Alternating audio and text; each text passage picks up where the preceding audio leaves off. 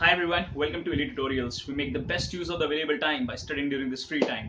If you're not a student of Elite Tutorials and want the images of the textbook, you may call us on 9699 599 299 and we shall mail it to you.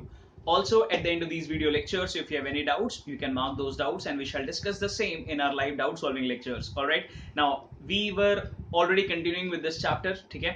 और इस video में हम start करेंगे with something related to liquid pressure. ठीक है, अब तक हमने डिस्कस किया है what is moment of force and what is pressure. हमने सॉलिड में प्रेशर कैसा होता है वो डिस्कस किया है. And then we have also studied the 5 points of liquid pressure. ठीक है, now we are going to start this video with a law that is called Pascal's law. और पास्कल्स लॉ होता है for an enclosed liquid. Enclosed liquid मतलब वो liquid जो हर तरफ से बंद है. ठीक है, सो when a liquid is confined or closed from all the sides, उसको हम कहते हैं enclosed liquid. ठीक है, और of course ये जो enclosed liquid है ये incompressible होना चाहिए. Incompressible मतलब अगर इस पर फोर्स अप्लाई किया जा रहा है इस लिक्विड पे, या इनफैक्ट सपोज प्रेशर अप्लाई हो रहा है और वो प्रेशर की वजह से वो कंप्रेस नहीं होना चाहिए. It should not get squashed. ठीक है, मतलब पचक नहीं जाना चाहिए. It should not get compressed. तो ऐसा अगर एनक्लोज लिक्विड है which is of course incompressible, तो ऐसे एनक्लोज लिक्विड में ना जो प्रेशर होता है वो हर पॉइंट पर सेम होता है. नाउ वी नो कि हमने जो लिक्विड प्रेशर अब तक पढ़ा है वो एनक्लोज लिक्विड के लिए नहीं है. It was just a liquid which was kept in an empty beaker हो गया या इन एन एम्प्टी वेसल हो गया. लेकिन अब यहां पर हम जो पढ़ने वाले हैं वो है enclosed vessel, in fact enclosed liquid के लिए ही. ठीक है, तो हमको पता है लिक्विड्स तो इधर उधर फ्लो होते रहते, they are not rigid, they have the tendency to flow, hence they are called as fluids. तो फ्लूइड्स मतलब लिक्विड्स एंड गैसेस, क्योंकि वो दो फ्लो हो सकते हैं. तो अब ये एनक्लोज लिक्विड में जो प्रेशर होता है वो हर पॉइंट पर सेम होता है और हर डायरेक्शन में एक्सर्ट हो रहा होता है. This is what the statement of the Pascal's law is. ठीक है, कि एनक्लोज लिक्विड में प्रेशर जो रहेगा वो हर पॉइंट पर सेम रहेगा और हर डायरेक्शन में जो फोर्स से या जिस प्रेशर से जो प्रेशर एक्सर्ट हो रहा है कोई भी डायरेक्शन में वो हमेशा सेम रहेगा. ठीक है, तो अभी हम इसको डिस्कस करते हैं with the help of this example. Suppose हमारे पास एक ग्लास वेसल है which has many holes in it. तो मेरे पास एक ऐसा फ्लास्क लाइक वेसल है.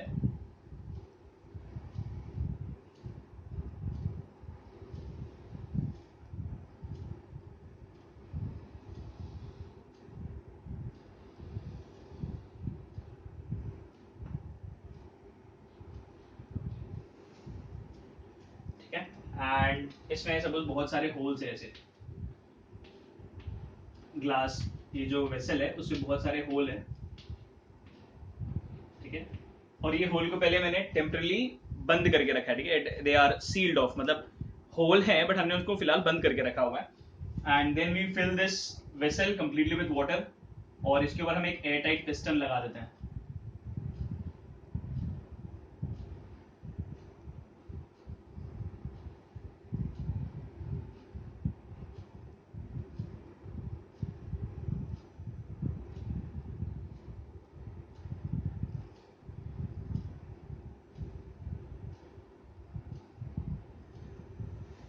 ठीक है, और इसमें पूरा पानी भरा हुआ है. ठीक है, सो अब ये जो पानी है हर तरफ से बंद है, मतलब this liquid inside that vessel is close from all the sides, hence it is an enclosed liquid या कन्फाइंड लिक्विड बोल सकते हैं. तो इसके अंदर जो पानी भरा हुआ है वो यहां से भी बंद है, यहां से भी बंद है, हर तरफ से बंद है. ठीक है, सो ऐसा लिक्विड अगर सपोज मैं कोई बीकर में ऐसा कोई लिक्विड लेता हूं और यहां तक लिक्विड भरा हुआ है तो दिस इज नॉट एनक्लोज्ड, क्योंकि चलो इस साइड से बंद है, इस साइड से बंद है और इस साइड से बंद है, बट यहाँ तो ओपन है, it is having the free surface. तो फ्री सरफेस नहीं होना चाहिए.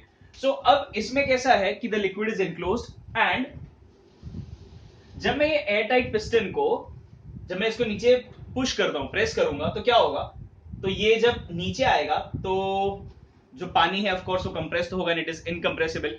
तो जब ये नीचे आ रहा है तो उसके प्रेशर की वजह से ये सारे होल्स ओपन हो जाएंगे, बिकॉज पानी प्रेशर एक्सर्ट करेगा. जब हम ये पिस्टन को नीचे लेकर आ रहे हैं तो पानी पर प्रेशर पड़ेगा और पानी वो प्रेशर क्रिएट करेगा होल्स पर और सारे होल से पानी ऐसे बाहर आएगा.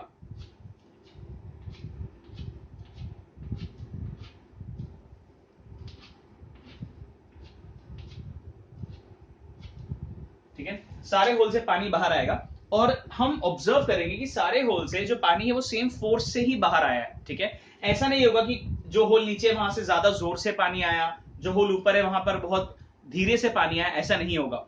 जो भी हमने पढ़ा है कि डेप्थ में प्रेशर बढ़ता है या डेप्थ कम है तो प्रेशर कम है, वो है नॉर्मल लिक्विड के लिए when it is not enclosed. लेकिन अगर लिक्विड एनक्लोज्ड है, so pressure at any point inside an enclosed incompressible liquid is transmitted equally and undiminished in all the directions। is transmitted equally मतलब enclosed liquid के अंदर जो pressure होगा वो सारे पॉइंट्स पर सेम होता है और सारे डायरेक्शन में एक्सर्ट हो रहा होता है। तो यहां पर वो लॉजिक नहीं चलेगा कि इसका डेप्थ तो ज्यादा है, इसका डेप्थ कम है, मतलब इसके ऊपर इतना ही हाइट है बट इसके ऊपर तो इतना ज्यादा हाइट है तो यहाँ प्रेशर ज्यादा होना चाहिए, नहीं।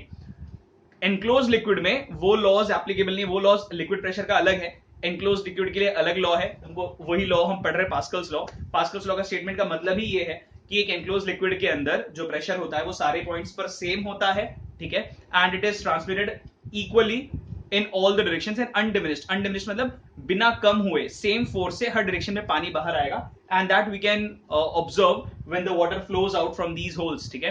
तो बस ये ध्यान में रखना है पास्कल्स लॉ से कि एनक्लोज लिक्विड के अंदर जो प्रेशर होता है वो सारे ही पॉइंट पर सेम होता है और हर डायरेक्शन में इक्वल प्रेशर एक्सर्ट हो रहा होता है, ठीक है। So this is what the Pascal's law is all about. Now moving ahead with factors affecting pressure at a point in a liquid, ठीक है। अब लिक्विड प्रेशर का फॉर्मूला क्या है वो हम डिस्कस करते हैं। हमने ये तो पढ़ा है कि जो सॉलिड के लिए प्रेशर का formula it is force upon area, and फिर वी डिस्कस द 5 पॉइंट्स जो लिक्विड के लॉज हैं वो हमने डिस्कस किया। अब लिक्विड के लिए ऐसा फॉर्मूला क्या है जिससे हम लिक्विड प्रेशर फाइंड आउट कर सकते हैं, तो वो हम डिस्कस करते हैं।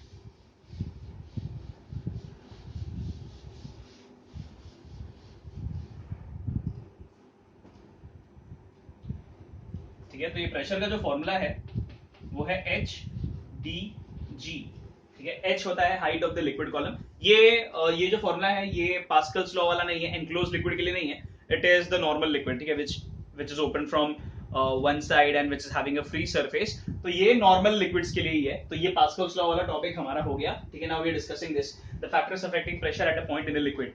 तो फॉर्मूला है h. H is height of the liquid column, d है density of the liquid, g है एक्सेलरेशन ड्यू टू ग्रेविटी। इस जी का वैल्यू होता है 9.8 मीटर पर सेकेंड स्क्वायर, ठीक है। तो जी का वैल्यू तो कांस्टेंट ही है, ये अर्थ कितना एक्सेलरेशन से पुल करता है ऑब्जेक्ट को वो जी का वैल्यू है, that is going to remain same as far as we are calculating pressure on earth. हम सब अर्थ पे ही कैलकुलेट करने वाले हैं, तो जी का वैल्यू तो चलो सेम ही रहेगा 9.8, but height of the liquid column and density of the liquid might change, ठीक है। हम कितना लिक्विड ले रहे हैं, कौन सा लिक्विड ले रहे हैं, उस पर डिपेंड करता है। तो जैसे अगर पहला फैक्टर जो है the factors affecting pressure at a point in liquid, पहला फैक्टर है height, height of the liquid column, जिसका हमने पहले भी किया हुआ, ये एक बार डिस्कस कर लेते हैं।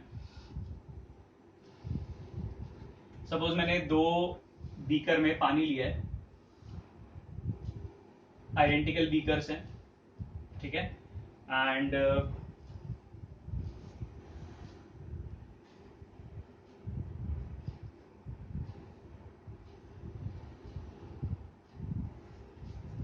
एक में पानी मैंने इतना लिया है और एक में पानी इतना लिया है, ठीक है। So this is beaker A, this is beaker B. एक में पानी इतना है, दूसरे में पानी इतना है। अब पानी ही है दोनों में, तो मतलब डेंसिटी ऑफ वाटर तो दोनों जगह सेम रहेगा। जितना डेंसिटी पानी का यहाँ पर है उतना डेंसिटी यहाँ पर भी है। जी भी सेम है, एक्सेलरेशन ड्यू टू ग्रेविटी दोनों जगह 9.8 होगा। हाइट इज नॉट सेम, यहाँ पर हाइट कम है, तो मतलब यहाँ पर मतलब इस पॉइंट पे जो प्रेशर एक्सर्ट हो रहा है वो इतने हाइट की वजह से हो रहा है। H1 ले लेता हूँ मैं इसको, और ये जो हो रहा है वो H2 की वजह से हो रहा है। अब सीधी बात है, ये हाइट कम है तो यहाँ पर थोड़ा ही पानी है जो यहाँ पर प्रेशर एक्सर्ट कर रहा है, लेकिन यहाँ पर ज्यादा पानी है, H2 हाइट ज्यादा है, हाइट ज्यादा है तो यहाँ पर ज्यादा प्रेशर एक्सर्ट होगा। मतलब जितना ज्यादा हाइट ऑफ लिक्विड कॉलम रहेगा, जितना ज्यादा लिक्विड लोगे उतना ज्यादा प्रेशर रहेगा, ठीक है। So as the height of the liquid column increases the pressure also increases, as the height of the liquid column decreases the pressure also decreases. So we can say pressure and height of the liquid column are directly proportional. Height बढ़ेगा तो pressure बढ़ेगा, height कम तो pressure कम, ठीक है। ये पहला factor है height. दूसरा है density of the liquid.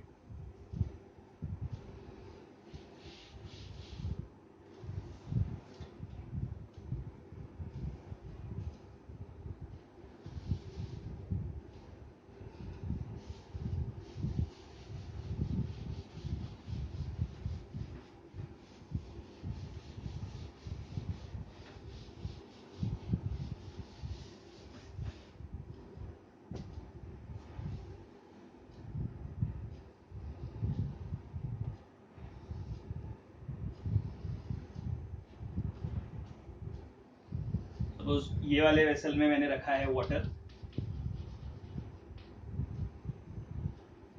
Height h तक, और हाइट h तक दूसरे वाले बीकर में मैं रखता हूं कोई दूसरा liquid, suppose mercury.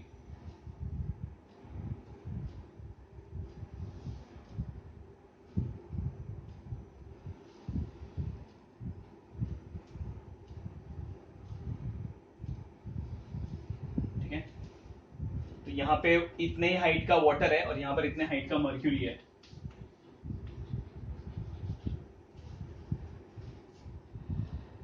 Point A, point B. अब height of the liquid column तो सेम है, जितना वाटर का हाइट है उतना ही मर्क्यूरी का भी हाइट है। सो एच इज सेम, जी का वैल्यू भी सेम रहेगा सबके लिए, अर्थ पे 9.8 ही होता है। बचा डी, डेंसिटी दोनों लिक्विड का सेम नहीं, वाटर का डेंसिटी होता है 1 ग्राम पर सेंटीमीटर क्यूब, मर्क्यूरी का डेंसिटी होता है 13.6 ग्राम पर सेंटीमीटर क्यूब। तो मर्क्यूरी का डेंसिटी ज्यादा है। मर्क्यूरी का डेंसिटी ज्यादा होने की वजह से, मतलब जितना प्रेशर पॉइंट ए पर पड़ रहा है वाटर के इस हाइट की वजह से, उतना प्रेशर मर्क्यूरी की वजह से नहीं पड़ेगा, मर्क्यूरी की वजह से ज्यादा पड़ेगा, क्योंकि मर्क्यूरी का डेंसिटी ज्यादा है। मतलब इतना ही हाइट मर्क्यूरी का बहुत ज्यादा वजन एक्सर्ट करता है, मर्क्यूरी हेवी होता है। ठीक है, तो जितना वजन, अगर सपोज मान लेते हैं यहाँ पर वजन आया है पानी के वजह से, यहाँ पर वजन पड़ रहा है अराउंड 10 ग्राम, तो यहाँ पर जो वजन पड़ेगा इट विल बी अराउंड 136 ग्राम। ठीक है, 13.6 टाइम ज्यादा। तो अगर इतना पानी यहाँ पर 10 ग्राम के जितना वजन एक्सर्ट कर रहा है, तो यहाँ पर इतना ही हाइट का मर्क्यूरी 136 ग्राम का वजन एक्सर्ट करेगा। मतलब डेंसिटी सेम नहीं है, डेंसिटी ज्यादा रहेगा तो प्रेशर ज्यादा। मतलब we can say again they are directly proportional, as density of the liquid increases pressure increases, density of liquid decreases pressure decreases. So pressure and density of the liquid are directly proportional. ठीक है, तो ये तीन factors हैं, height of the liquid column, density of the liquid and acceleration due to gravity. इन तीनों points पर या इन तीनों फैक्टर्स पर लिक्विड प्रेशर डिपेंड करता है। ठीक है, so this was all about the liquid pressure. Now moving ahead with pressure exerted by a gas.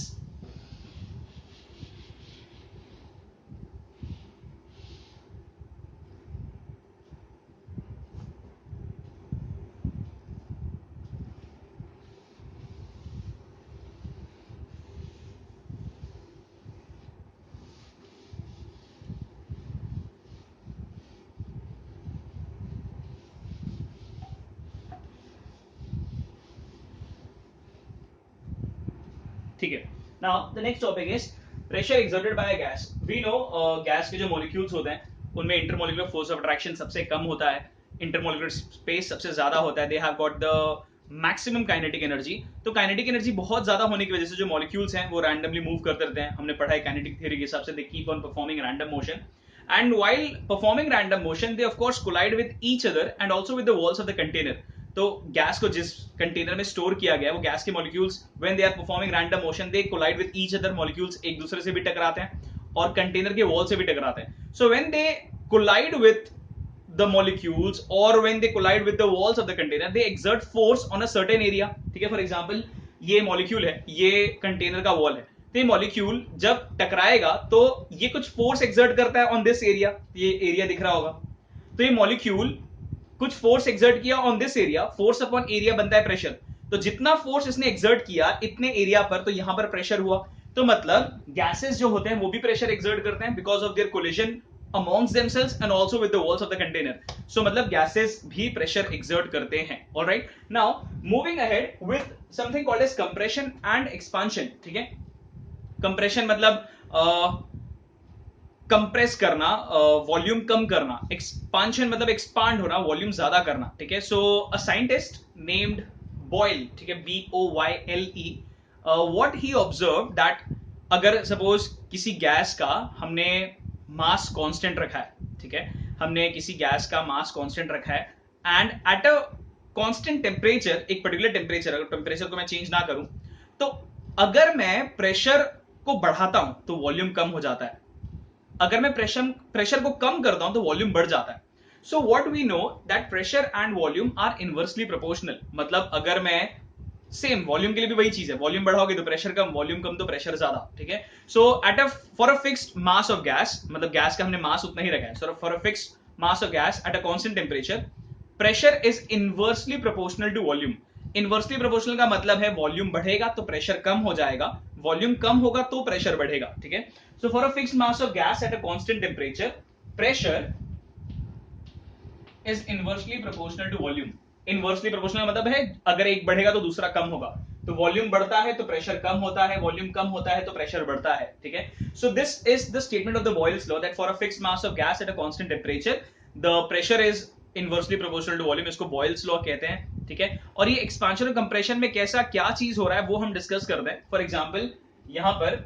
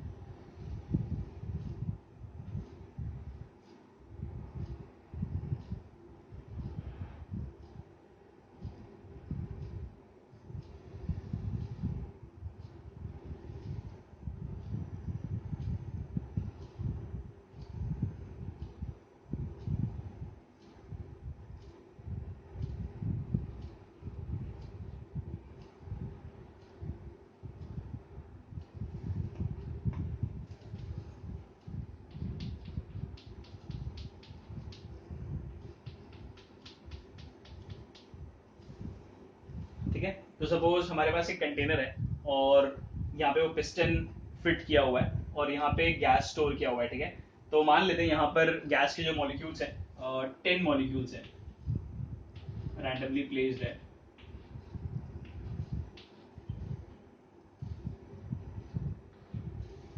ठीक है। तो मतलब इतने वॉल्यूम है, जितना भी ये वॉल्यूम है, मान लेते हैं suppose this is 10 centimetre square example, ठीक है। ये जो इतना वॉल्यूम है जिसमें गैस के मॉलिक्यूल्स प्रेजेंट है वो 10 सेंटीमीटर स्क्वायर है, ठीक है। एंड जब ये 10 मॉलिक्यूल्स इधर उधर कोलाइड कर रहे होंगे, ठीक है, when they are performing random motion as they have kinetic energies in them, so when they collide with the walls of the container they are exerting certain pressure, ठीक है। तो इनको इतना जगह मिला है घूमने को, तो ये इधर उधर घूम रहे हैं और ज्यादा कोलाइड कर रहे हैं और जो भी है प्रेशर क्रिएट हो रहा है। सपोज प्रेशर इज, इसको मैं मीटर स्क्वायर रखता हूँ, प्रेशर इज एग्जाम्पल 2 पास्कल, ठीक है। हमने पढ़ा है प्रेशर का एस आई यूनिट होता है पास्कल, तो प्रेशर का यूनिट है 2 इनफैक्ट पास्कल, और यहाँ पे 2 पास्कल का प्रेशर पड़ रहा है। अब मैंने क्या किया ना, ये पिस्टन को प्रेस किया और टेम्परेचर वही रखा है, ठीक है। हम टेम्परेचर चेंज नहीं कर रहे हैं, तो जितना टेम्परेचर गैस का यहाँ पर है उतना ही टेम्परेचर सेम यहाँ पर भी है। तो मैं क्या कर रहा हूँ, पिस्टन को ऐसे पुश करता हूँ, प्रेस करता हूँ और पिस्टन को इधर तक ले आया, मतलब जितना वॉल्यूम गैस का अभी था उसका हाफ मैंने कर दिया। मतलब if this was 10 centimetre square तो उसका हाफ, तो यहां पर वॉल्यूम हो गया 5 सेंटीमीटर स्क्वायर, ठीक है। तो मैंने पिस्टन को प्रेस करके ये इसको नीचे ले आया, यहां तक ले आया, ठीक है। तो जितने भी गैस मॉलिक्यूल्स थे पूरे 10 गैस मॉलिक्यूल सब इतने ही स्पेस में आ गए, ठीक है, ठीक है। तो अब पूरे 10 मॉलिक्यूल्स गैस के इतने ही स्पेस में आ गए। पहले 10 मॉलिक्यूल्स 10 मीटर स्क्वायर में थे, अब 10 मॉलिक्यूल्स 5 मीटर स्क्वायर में। तो अब सीधी बात है, जब कम स्पेस में वो आ गए हैं, when they are accommodated in a very small space, तो ज्यादा टकराएंगे ऑफ कोर्स, ठीक है, क्योंकि जगह कम है। पहले जगह ज्यादा था तो दूर दूर इधर उधर मूव करे तो कोलिजन हो रहा था, लेकिन इतना नहीं हो रहा होगा जितना अब होने वाला है, क्योंकि स्पेस बहुत कम हो गया है। तो वो ज्यादा कोलाइड करेंगे with each other and also with the walls of the container, और जब ज्यादा कोलाइड करेंगे तो प्रेशर का वैल्यू भी बढ़ेगा, क्योंकि पहले वो इतने ऑफेन ज्यादा they were not colliding with the walls that often, but now as the space has been reduced, हमने गैस को कंप्रेस कर दिया है, ठीक है। कंप्रेस कर दिया मतलब now the molecules are made to stay or made to occupy a very smaller volume, ठीक है। तो छोटे ही जगह में सारे मॉलिक्यूल्स आ गए तो ज्यादा टकराएंगे एक दूसरे से, और वॉल्स ऑफ द कंटेनर से भी, इस वजह से प्रेशर बढ़ेगा। तो वॉल्यूम हाफ हुआ तो प्रेशर हो जाता है डबल, ठीक है। हमने वॉल्यूम को हाफ किया तो प्रेशर, मतलब हमने वॉल्यूम अपॉन 2 किया तो प्रेशर इंटू 2 हो जाएगा। वॉल्यूम को अपॉन 3 किया होता तो प्रेशर इंटू 3।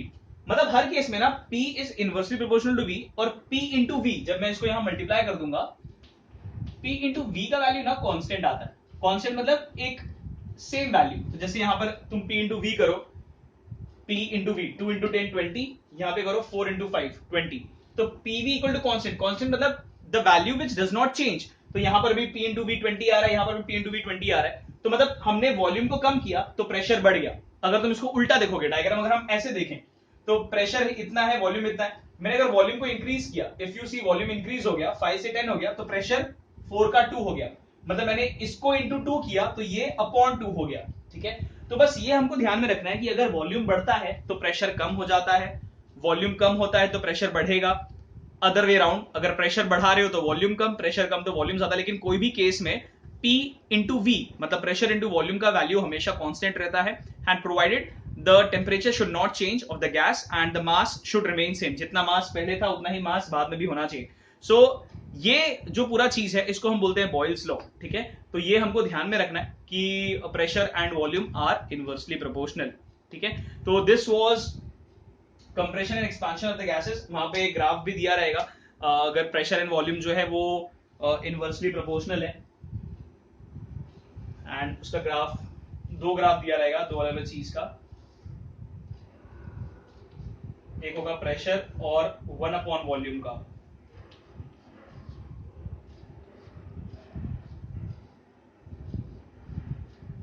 ठीक है, pressure and volume inversely proportional, लेकिन 1 अपॉन वॉल्यूम मतलब डायरेक्टली प्रोपोर्शनल हो जाएगा। तो ग्राफ ऐसे आएगा, इसका मतलब अगर तुम वॉल्यूम बढ़ा रहे हो, suppose when you are increasing the volume, तो मतलब तो v का वैल्यू ज्यादा है तो 1 अपॉन v का वैल्यू कम होगा। ठीक है, और जब 1 अपॉन v का वैल्यू कम है, ठीक है, तो जब हम v बढ़ा रहे हैं तो p तो कम ही होता है। तो अब मैं जब v को बढ़ा रहा हूं, ध्यान से सुनना, तो जब अगर हम v का वैल्यू इंक्रीज कर दे, हमको पता है p कम होगा, लेकिन अगर मैं इनवर्सली प्रोपोर्शनल अगर ले रहा हूं, ठीक है, तो जब v का वैल्यू बढ़ाओ तो ये वैल्यू कम है, ठीक है, ये कम है तो p बढ़ेगा। तो जैसे जैसे ये 1 अपॉन v का वैल्यू बढ़ता है, मतलब इन शॉर्ट हम इधर बढ़ रहे तो प्रेशर का वैल्यू भी बढ़ेगा। तो इसका एक ग्राफ ऐसे आता है, और अगर मैं प्रेशर और वॉल्यूम का ग्राफ ले रहा हूं,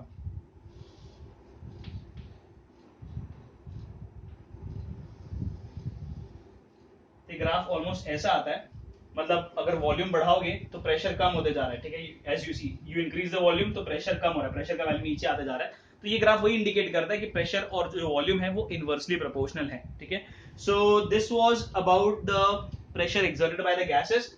now let's start with the last main section of the chapter, that is atmospheric pressure. Atmospheric pressure में हमको डिस्कस करना है एटमॉस्फेरिक प्रेशर होता क्या है, एटमॉस्फेयर क्या है, देन उसके बाद एक एक्सपेरिमेंट है, experiment 2, then there are in fact 2 instruments, simple mercury barometer है और 14 बैरोमीटर है, then there are some common consequences in the daily life. ठीक है, तो ये जो एटमॉस्फेरिक प्रेशर वाला पार्ट है, that is of course the last section, not the last topic, topic और भी बहुत कुछ बाकी है। So of course the chapter is not going to get over in this video, but the last section of the chapter is all related to atmospheric pressure. तो atmospheric pressure क्या होता है, एटमॉस्फेयर क्या है, वो हम डिस्कस करते हैं।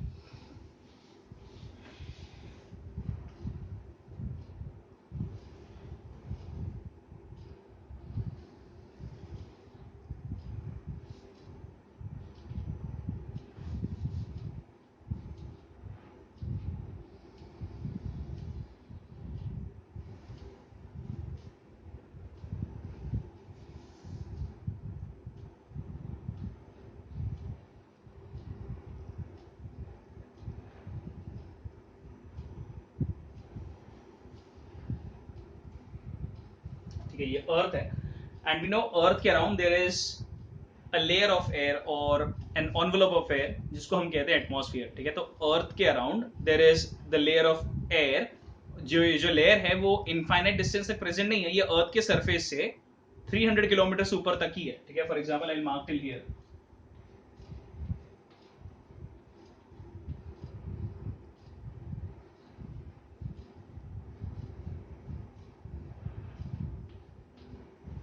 ठीक है, I am not drawing on all the sides, of course her side पे प्रेजेंट है, थ्रू आउट प्रेजेंट है।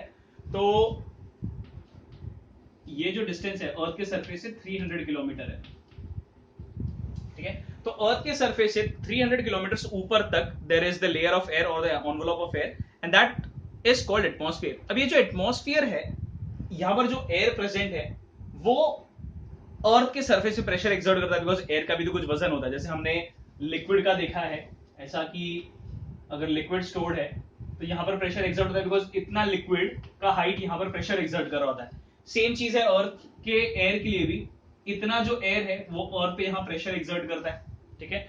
सो इतना एयर का वजन यहाँ पर प्रेशर एक्सर्ट कर रहा है। So this the pressure exerted by the atmospheric air on all the objects is called atmospheric pressure. तो एटमॉस्फेयर का एयर जो प्रेशर एक्सर्ट करता है उसको हम कहते हैं एटमॉस्फेरिक प्रेशर। ये एटमॉस्फेरिक प्रेशर का जो वैल्यू होता है this is around 1 lakh pascal, ठीक है। हम 10⁵ पास्कल लिखते हैं, 10⁵ न्यूटन पर मीटर स्क्वायर लिख सकते हैं। तो 1 लाख पास्कल के अराउंड है ये, और ये वैल्यू काफी ज्यादा है, ठीक है। मतलब एटमॉस्फेयर का एयर हम पर 1 लाख पास्कल का प्रेशर एक्सर्ट कर रहा है, बट वी डोंट फील कि हम पर एयर कुछ दबाव डाल रहा है, कि कुछ प्रेशर एक्सर्ट हो रहा है। दैट इज ओनली बिकॉज हमारे बॉडी के अंदर जो ब्लड है उसका भी कुछ प्रेशर होता है। ब्लड का प्रेशर और एटमॉस्फेरिक प्रेशर ऑलमोस्ट इक्वल है। इनफैक्ट हमारे बॉडी के अंदर जो ब्लड है उसका प्रेशर थोड़ा ज्यादा ही होता है, तो वो ब्लड प्रेशर और atmospheric pressure almost cancel out हो रहा होता है, इसलिए हमको एयर का प्रेशर अपने आप पर फील नहीं होता है, ठीक है। तो हमारे बॉडी के अंदर जो ब्लड है या ब्लड के साथ इनफैक्ट वाटर भी है, then there are gases such as oxygen and carbon dioxide, तो ये सारे फ्लूइड्स बॉडी के अंदर से बाहर की तरफ प्रेशर एक्सर्ट कर रहे हैं। एयर तो हमारे बॉडी पे बाहर से प्रेशर एक्सर्ट कर रहा है, लेकिन हमारे बॉडी के अंदर के fluids namely blood, water, oxygen, carbon dioxide, ये अंदर से बाहर की तरफ प्रेशर एक्सर्ट कर रहे होता है। तो ये दोनों प्रेशर अंदर और बाहर वाला इक्वल होने की वजह से हमको प्रेशर फील नहीं होता है, ठीक है। तो ये स्टैंडर्ड वैल्यू याद रखना है कि जो स्टैंडर्ड एटमॉस्फेरिक प्रेशर का वैल्यू दैट इज 10⁵ पास्कल, और you can write 10⁵ newton per metre square, it's one and the same thing, and that is 1 lakh pascal. और ये ध्यान रखना है कि जैसे से हम अर्थ के सरफेस से ऊपर जाएंगे एटमॉस्फेरिक प्रेशर कम होने लगता है। अगर मैं इसको थोड़ा डिटेल में ड्रॉ करके बताऊं देन यू विल अंडरस्टैंड।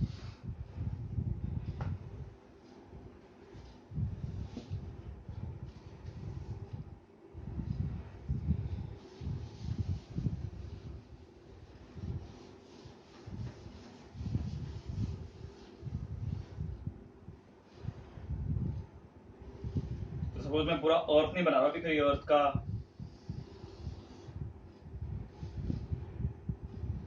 ठीक है, तो अर्थ का खाली एक पार्ट बनाया और एटमॉस्फेयर यहां तक है, ठीक है। सो अगर सपोज मैंने एक पॉइंट लिया, पॉइंट ए, फिर एक पॉइंट लिया पॉइंट बी, फिर एक पॉइंट लिया पॉइंट सी, और एक पॉइंट लिया पॉइंट डी।